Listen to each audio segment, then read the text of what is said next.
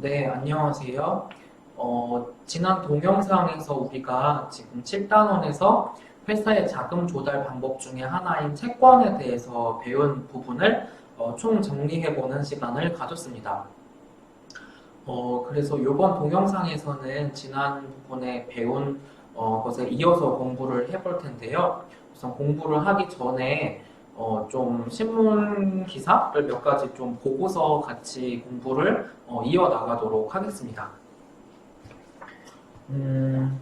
지금 여기는 3월 24일 그러니까 코로나 때문에 한창 회사들이 AA 회사체니까 굉장히 좋은 등급의 회사들임에도 불구하고 자금 조달이 지금 쉽지 않음을 보여주고 있는 기사가 되겠습니다. 여기 지금 차환, 영어로는 요거를 롤오버라고 하는데 만기가 돌아왔어요. 그러면 그거를 다 갚아서 끝내는 경우도 있겠지만 많은 경우에 또 채권을 발행해서 그거를 그대로 다시 연장을 시킨단 말이에요. 그래서 그런 거를 롤오버, 한국말로는 차환이라고 하는데 지금 회사들의 등급이 아무리 좋더라도 경제 상황이 워낙 좋지 않기 때문에 지금 회사채 시장이, 발행 시장이 녹록하지가 않다라는 것을 보여주는 모습입니다. 그리고 그럼에도 불구하고 회사들이 지금 경제가 아무리 어려워도 뭐 직원들 인건비 줘야 되고 뭐 관리비 내야 되고 아니면 또 혹은 또 투자를 해야 될 수도 있고 그래서 계속 현금이 나가야 되는 부분이 있다 보니까 회사채를 통해서 이렇게 자금을 조달하는 기업이 또 많다는 모습의 기사도 보이는데요. 지금 보시면 우리나라 예시는 아니고 지금 워렌 버핏으로 유명한 버크셔 해서웨이라든지 디즈니 아니면 제약회사로 유명한 화이자 같은 회사들도 지금 채권을 통해서 빨리 자금 조달해서 현금을 확보하려고 그래서 지금 발행 러시가 일어나고 있음을 보여주고 있는 기사입니다. 지금 사상 최저치였던 2.26에 비해서 훨씬 높은 3.9라는 회사채 금리로 평가되고 있음에도 불구하고 그럼에도 불구하고 회사들이 더 높은 금리를 지불하고서라도 빨리 현금을 확보하려고 하는 그런 좀 급한 모습인 것 같습니다. 그리고 여기 지금 기사는 작년 가을에 우리나라 건설사 중에 하나인 하나건설의 등급이 BBB 플러스였다가 A 마이너스로 이렇게 올랐다는 기사인데요. 뭐 여러 가지 이런 사업들을 새로 하게 되고 수주를 하게 되고 어떤 뭐 이런 채무, 우발 채무 같은 게 또 없어지게 돼서 신용평가사에서 등급을 BBB 플러스에서 A 마이너스로 올리게 되었다라는 기사입니다. 그래서 이렇게 등급을 올려주게 되면 하나건설은 더 높은 등급으로 그러니까 금리로는 더 싸게 같은 금액을 조달하더라도 더 싼 금리로 채권을 발행을 할 수가 있게 되는 거죠. 그리고 여기 지금 마지막 기사는 정부에서도 자금이 충분하지 않을 때, 그러니까 예산이 충분하지 않을 때 정부도 국채를 통해서 채권을 발행한다고 말씀드렸잖아요. 그런데 정부뿐만이 아니라 우리나라에 있는 공기업들, 뭐 이것도 외국도 마찬가지인데 공공기관들, 공기업들도 채권을 통해서 자금을 조달하거든요.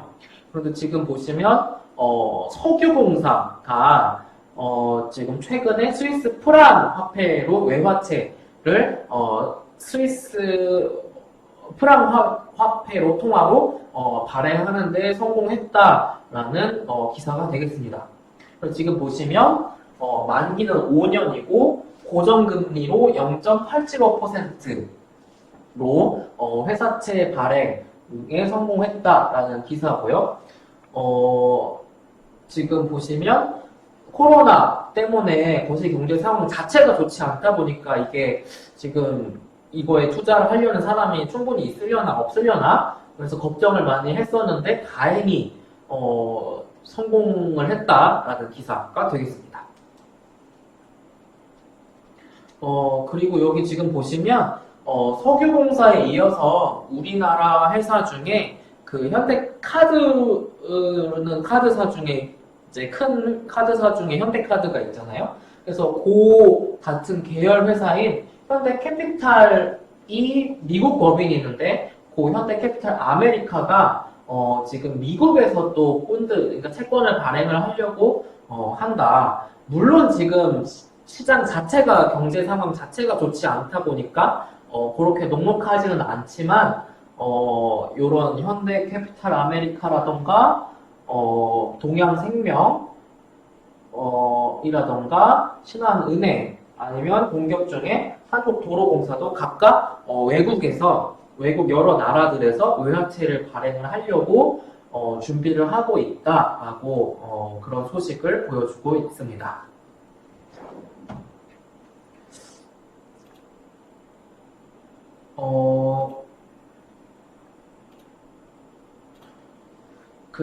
우리가 지난 동영상에서 7단원 배운 부분을 총 복습을 했었고, 지금 우리가 7단원의 7.6과 7.7 부분을 남겨두고 있는데요. 우리가 잠깐 순서를 바꿔서, 8단원 양이 얼마 안 돼서 8단원, 그리고 이어지는 내용이어서 8단원을 먼저 공부를 하고, 다시 앞으로 돌아가서 7단원에서 남겨둔 부분을 공부할 예정입니다. 왜 이렇게 순서를 바꾸는 거냐면 우리가 모든 금융상품의 가격 가치는 미래에 올 현금 흐름을 현재 가치로 땡긴 거의 합이 모든 금융상품의 가격이고 가치라고 말씀드렸었고 실제로 채권의 가격도 그렇게 계산됨을 칠판에 계산하는 것을 통해서 보여드렸었죠. 그리고 8단원에서도 바로 같은 방식으로 주식의 경우에는 배당이 대표적으로 되겠죠. 미래에 올 현금 흐르면 대표적인 게 배당. 그 배당을 현재 가치로 다 땡겨서 합하면 그게 지금 주식의 가격이고 가치가 되는구나 라는 것을 이어서 바로 보여드리기 위해서 이렇게 순서를 조금 바꿔서 공부하도록 하겠습니다. 그런데 마찬가지로 이 주식을 공부를 하기 위해서 필요한 조금 용어나 기본 개념들을 먼저 공부를 하기 위해서 조금 순서를 조금 바꿔서 해보도록 하겠습니다.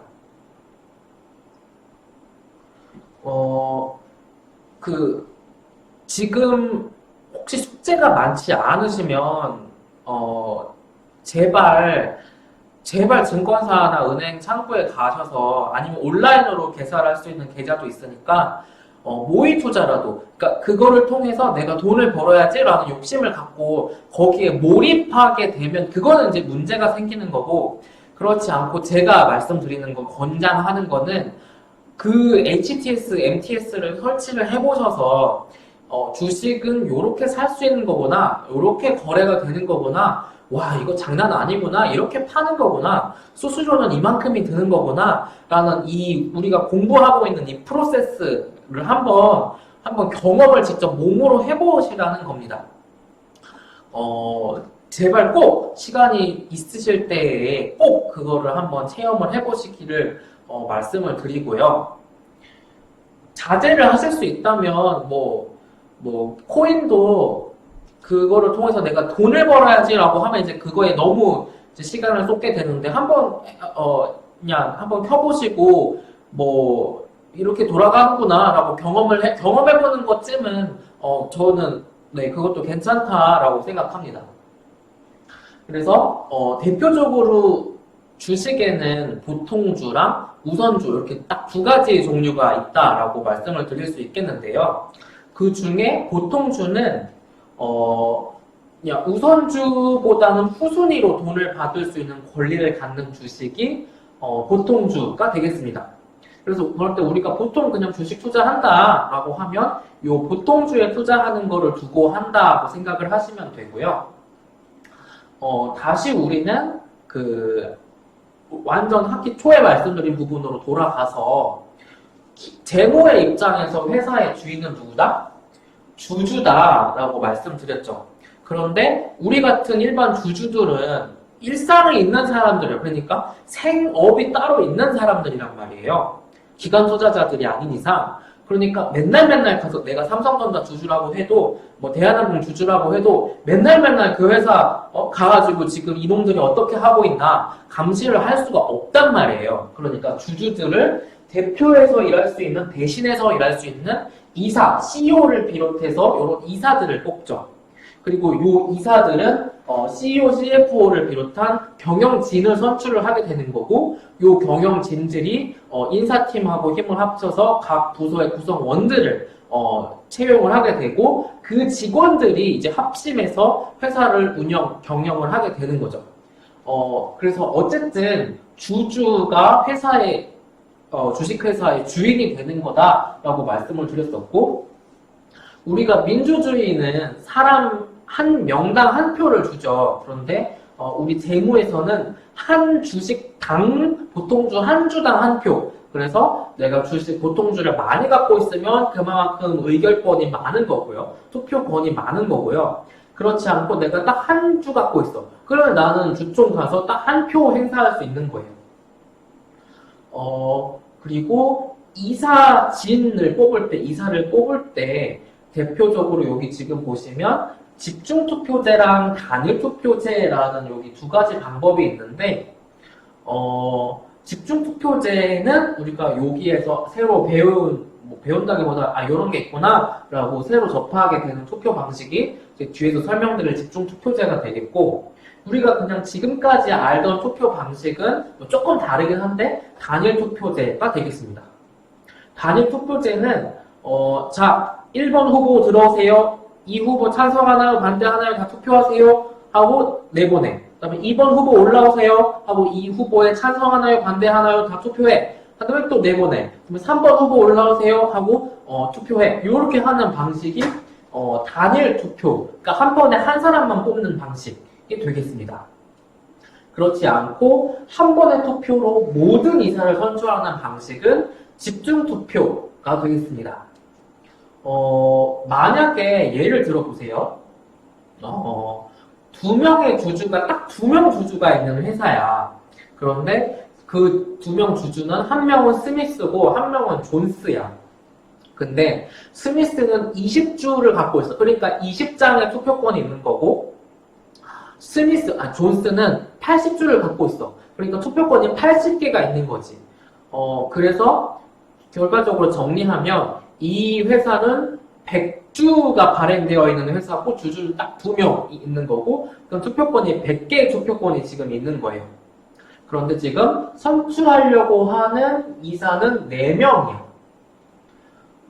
그러면 지금 보시면 만약에 이 상황이 집중투표제가 이루어지는 상황이라고 하면 스미스 같은 경우에는 지금 4명의 이사를 각각 뽑는 상황이니까 20주 곱하기 4명 해서 80표를 내가 투표를 할 수 있는 상황이고, 존스는 80주 곱하기 4명, 그래서 320표를 내가 투표를 할 수 있는 상황이에요. 근데 지금 앞에서 그냥 넘어갔는데, 존스는 스미스가 이사가 되는 것을 원하지 않아. 그러니까 존스는 스미스가 이사가 되기를 원하지 않는다는 이런 어떤 제한 사항이 있는 거예요. 그런데 만약에 이 80표를 자기한테, 스미스한테 그냥 몰표를 줬어. 4명 이상 뽑는데, 그러니까 한 명으로 스미스한테 다 몰표를 준 거야. 근데 그거를 모르고 요 320표 갖고 있는 존스는 4명한테 분산을 하게 되면 표가 나눠지게 되겠지. 그래서 80표보다 더 많은 표를 얻을 수는 없으니까 스미스는 아무리 못한 경우라도 4번째로 이사가 될 수가 있는 거예요. 그러니까 이 80표를 나한테 다 몰표를 주는 거야. 그런데 그거를 모르고 이걸 동시에 투표를 하니까 이 320표는 네 명한테 분산이 되는 거지. 그래서 스미스는 최소한 4등으로는 이사가 될 수 있는 거죠. 그래서 이러한 투표 방식이 집중투표제 방식이 되겠습니다. 그래서 만약에 이게 지금 우리는 이사 4명 없는 거라고 했는 상황을 예시를 들었는데 이사 뽑아야 되는 사람 수가 많다고 해봐. 그러면 이런 집중투표제 하에서는 최소 한 사람 내가 뽑고 싶은 사람이 있어. 이사 만들고 싶은 사람이 있어. 그러면 그렇게 그런 상황에서 선임해야 되는 이사가 많은 상황에서는 이사 한 사람 선출하는 거는 더 쉬워진다. 왜? 몰표를 여기서는 지금 80표까지나 줘야 한 사람을 겨우 이사 만들 수 있었지만 뭐 20표, 30표만 줘도 이사를 만들 수 있는 상황이다 해. 그러면 훨씬 더 많은 후보 중에 이사 한 명 내 마음에 드는 사람을 이사로 올리는 거는 더 쉬운 일이 되겠죠. 그래서 이렇게 두 가지 이사를 선출할 때 방법 중에는 단일 투표제랑 집중 투표제 두 가지 방법이 있고 우리 여기 부분에서 새로 배운 투표 방식이 집중 투표제 방식이 되겠습니다. 그리고 또 하나 투표 방식을 할 때 옵션으로 넣을 수 있는 게 시차 투표제라는 게 있어요. 이거는 뭐냐면 이사가 여러 명일 거 아니에요? 한 명은 아닐 거 아니야. 여러 명이면 그러면 그 이사 전체를 한 방에 다 바꿔버려. 한 방에 다 뽑는 게 아니고 지금은 이제 그 이사 중에 한 명, 그다음에 또 몇 달 있다가 또 한 명, 또 몇 달 있다가 한 명, 이렇게 조금씩 바꾸는 방식이 시차 투표제. 그러니까 시차를 두고 이사를 바꾸는 방식이 시차 투표제가 되겠습니다. 그런데 이렇게 하게 되면 한 번마다는 선출하는 이사가 작아지게 되는 거죠. 시차를 두고 이사를 각각 뽑게 되니까. 그러니까 집중 투표를 하게 되더라도 아무리 소액주주가 노력을 한다 하더라도 몰표를 준다 하더라도 내가 원하는 이사 한 명 올리는 게 좀 쉽지는 않아지는 거고요. 이렇게 되게 되면 이게 이사가 한 명씩 조금씩 바뀌다 보니까 서로 인수인계를 해주는 그런 연속성이 있다. 그러니까 회사가 한 번에 이사진이 다 바뀌면 전에 거 사업하던 거를 이제 계속 이어서 할 수 없거나 사람이 다 나가버리니까 이어받을 수가 없는 거죠. 근데 이렇게 하게 되면 이제 연속성이 생기게 되니까 회사가 원래 하려던 장기 계획 같은 거를 이어서 할 수 있는 측면이 있다. 이런 장점이 있다라는 거고요. 그리고 여기 8.2 부분에서는 그 영화나 드라마에서 주로 많이 소재가 삼아지는 부분이 요 위임장 투표 부분이죠. 이거는 뭐냐면 그래서 주식을 제발 해보시라는 게 주주총회를 갈 수 있는 정도로 시간이 있을 수도 있지만 저도 주총 한 번도 안 가봤단 말이에요. 주식 투자하지만 주총 한 번도 안 가봤는데 그러니까 그런 사람들의 대부분이야. 왜 그러냐면 주총을 평일에 아침에 아니 뭐 그런 때 하거든. 평일에 하거든. 그러니까 어떻게 가겠어? 회사 다니는 분들 뭐 휴가 쓰고 거기 가겠어? 그 아까운 휴가 어떻게 그러니까 내 투표권을 위임을 해주는 거가 있는데 그러한 방식을 위임장, 영어로는 프록시라고 해서 저는 다수의 의견에 따르도록 하겠습니다. 그러니까 나는 내 권리를 위임하겠습니다. 이렇게 하는 게 위임장이 되겠습니다. 그래서 실제로 많은 대기업들의 경우에는 거의 소액주주들은 주총 안 가요. 못 가죠. 생업이 생계가 있으니까. 그래서 실제로는 안 가거나 아니면 뭐 위임장을 써주기도 하거나 그래서 이렇게 되는 거고 현재의 경영진을 주주하는 쪽이 있겠고 안 된다. 주주 갈아엎어야 된다. 아니 이사진 갈아엎어야 된다. 라고 하는 쪽이 있겠죠. 요거의 대표적인 케이스가 지금 좀 논란이 되고 있는 대한항공이 되겠죠.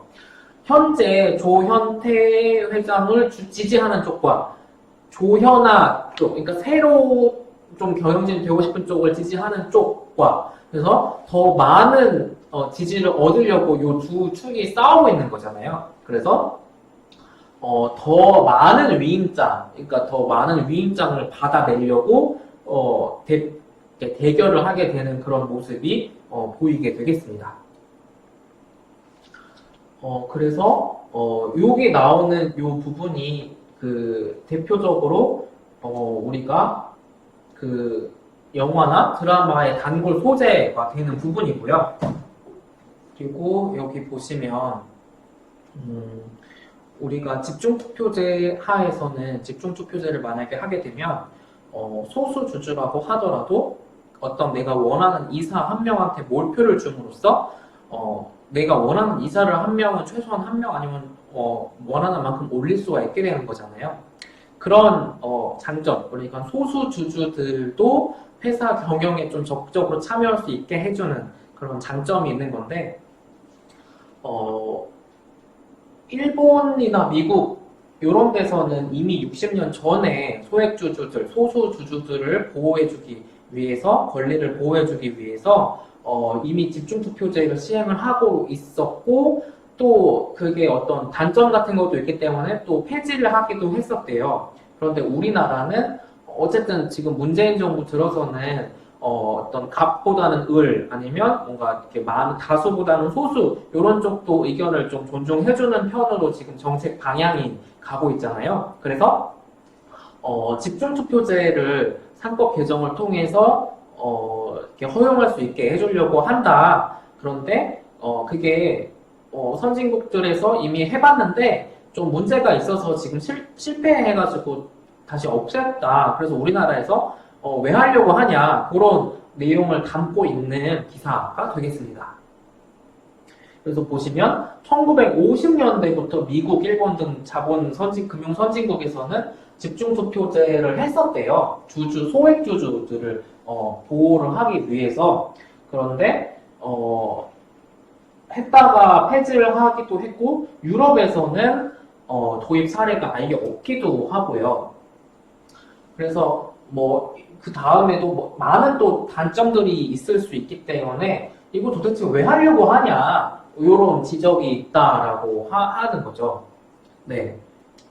그리고 또 방금 위임장 투표 그래서 프록시에 대해서 말씀을 드렸었는데 프록시 파이트 그래서 대표적으로 드라마나 영화 소재가 되는 부분이라고 말씀드렸었는데 작년에 그러니까 계속 대한항공은 지금 이렇게 계속 이슈가 되고 있는데 작년 초에 이런 일이 있었대요. 우리 회사 경영진에게 투표를 해달라. 그러니까 우리 회사 경영진을 위해서 네 위임장을 좀 내놓지 않을래? 그러니까 대한항공 직원이 대한항공 주식을 갖고 있는 경우가 있을 수 있을 거잖아요. 그러니까 상사가 직원들한테 야, 네 우리 회사 주식 갖고 있으면 위임장 좀 내놔라. 우리 회사 경영진 좀 이렇게 찬성해달라. 그래서 근데 그런 게 지금 참여연대 측에서는 아니 이거 이러면 갑질 아니냐 이렇게 해가지고 논란이 있었던 사례도 있다고 합니다. 왜 그러냐면 작년에 그러니까 고 조양호 회장을 계속 이사 선임을 시키기 위해서 그 경영진에서는 계속 노력을 하고 있었던 입장이었기 때문에 한 개라도 더 많은 위임장을 받아서 찬성표를 얻으려고 했던 거죠. 그래서 이런 논란이 있으니까 이거 강요한 거 회사는 절대 강요한 거 아니고 직원인 주주는 이거 자유롭게 하도록 한 거다. 근데 이 객실 승무원의 경우에는 상당 기간을 해외에서 보내는 점을 감안해서 안내만 한 거다. 이렇게 해명을 했다라고 하네요. 네.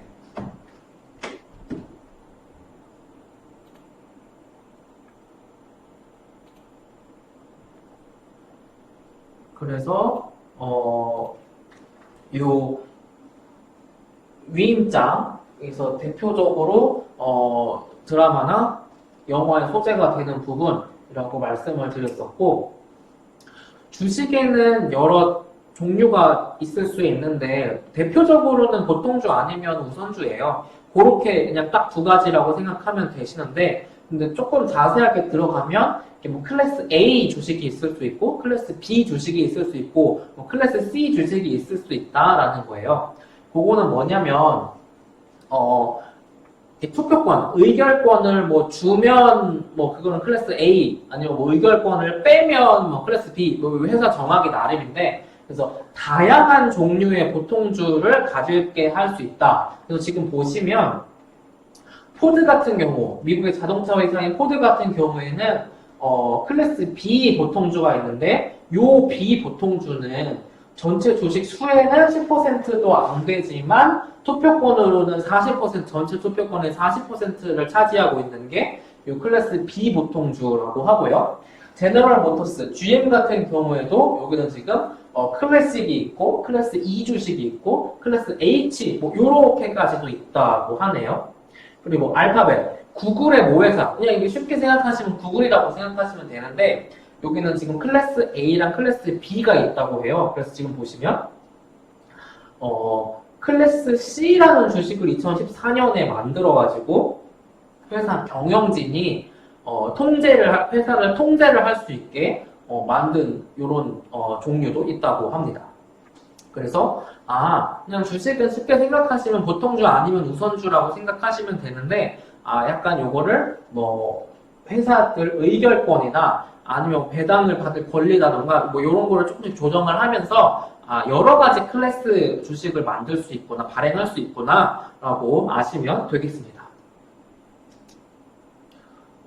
그리고 이제 우리가 보통주를 갖고 있게 되면 배당을 받을 수 있는 권리가 있는 거고요. 이제 회사가 만약에 청산하기로 했어. 경영이 잘 안 돼서 망해서 혹은 청산을 하기로 했어. 그러면 그 손익계산서 머릿속에 떠올려 보시면 그 위에서부터 쭉 밑으로 내려오는 순서에 따라서 가장 먼저 직원들 3개월, 우리나라로 말을 하면 직원들 3개월치 월급 채권이 가장 먼저고요. 이제 그래서 회사를 다 뭐 건물도 팔고 땅도 팔고 설비도 팔고 다 현금화를 해. 그래서 그 현금 가지고 직원들한테 밀리는 임금, 원금 주고 재료비 주고 다 공급자들한테 재료비 주고 그다음에 채권자들한테 이자랑 원금 다 갚고 정부 세금도 다 내고 그러고 또 가장 마지막에 돈이 남으면 요 보통주 주주한테 남아있는 현금을 주식 수에 비례해서 주는 것이 요 보통주가 갖고 있는 권리가 되겠습니다. 그리고 신주 인수권이라는 요게 하나가 있는데 요거는 뭐냐면 이미 상장 회사야. 그래서 이미 주식 회사야. 주식을 발행한 적이 있는 회사야. 그런데 추가적으로 또 자기 자본, 그러니까 주식을 발행을 하려고 해. 그러면 지금 주주들한테 내가 회사가 새로 주식 발행을 더 추가적으로 발행하려고 하는데 니네한테는 특별히 먼저 살 수 있는 권리 아니면 조금 싸게 살 수 있는 권리를 줄게. 이렇게 하면 그게 신주 인수권을 준다. 이렇게 생각을 하시면 되겠습니다.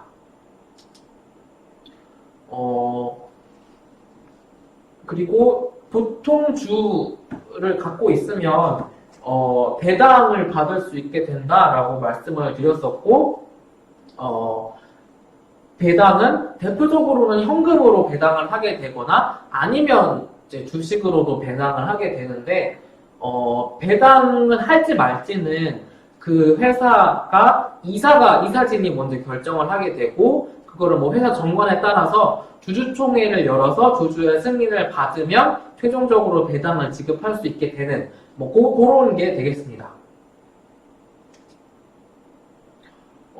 그리고 이제 지금까지는 우리가 보통주에 대해서 말씀을 드렸다면 이제 그렇지 않고 우선주라는 게 있죠. 이 우선주는 뭐냐면 배당을 받을 때에 보통 주주보다 우선해서 배당을 받을 수 있으면 요거는 우선주다 이렇게 말을 하는 거고요. 통상적으로 우선주는 주주총회 가서 내가 투표를 할 수 있는 투표권, 의결권이 없는 게 되겠습니다.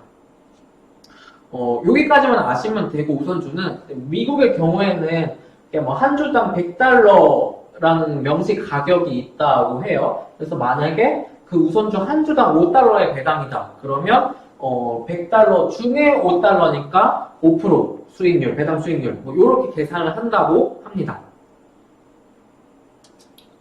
그리고 회사가 경영을 잘해서 넷인컴이 플러스가 났어. 그러면 그 해에는 배당을 지급을 현금으로 할 수 있겠죠. 그런데 그렇지 않고 만약에 어떤 해에 회사가 적자가 났어. 그래서 마이너스야.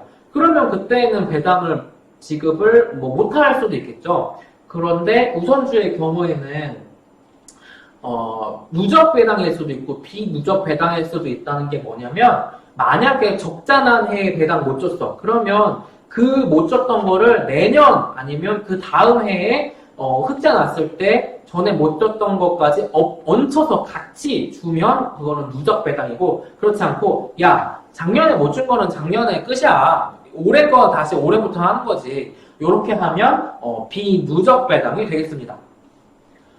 일반적으로는 우선주는 누적 배당이라고 하고요.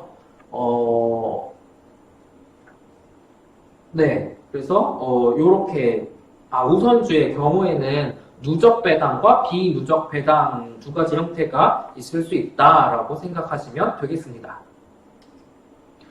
그리고 마지막으로 앞에서 연구체나 RCPS 같은 것도 현실에서는 이런 복잡한 것들이 있기 때문에 이게 자본이야 아니면 부채야 구분이 좀 쉽지 않은 문제가 있다라고 말씀드렸던 것처럼 우선주도 이게 회계 처리도 나중에 뭐 중급회계 그런 거 배우시면 공부를 하실 텐데 우선주는 회사 입장에서 부채라고 볼 수 있는 측면도 있고 이거를 자기 자본이라고 볼 수 있는 측면도 있거든요. 우리는 지금까지 그냥 단순하게 생각해서 보통주나 우선주 요 두 주는 자기 자본 지분이야 라고 생각을 했었는데 실제로는 요 우선주는 부채인 측면도 갖고 있기 때문에 이게 꼭 자기 자본이라고 하기 어려운 부분도 있겠구나 라고 생각을 하시면 되겠습니다. 이런 뭐 구체적으로 들어가면 우선주는 뭐 요런 특징들, 채권의 특징들이 있기 때문에 이거를 자기 자본으로 보지 않고 부채로 봐야 된다, 그럴 수도 있다라는 거고, 요런 좀 현실에서는 논란이 되는 측면이 있다라는 거고, 우리가 교과서 끝까지 아니면 이 과목 끝까지 공부할 때까지는 우선주는 그냥 자기 자본이다. 보통주랑 우선주는 자기 자본이다. 이렇게만 생각을 하시면 재무관리 과목을 공부하시는 데에는 큰 문제가 없겠습니다. 그래서 우리가 이번 동영상에서는 주식, 자기 자본, 주식에 대해서 다양한 중요 용어들, 특징들을 먼저 공부를 했고요. 그리고 이어지는 동영상을 통해서 또 다음 주식의 가격이 어떻게 결정이 되는지를 추가적으로 공부하도록 하겠습니다.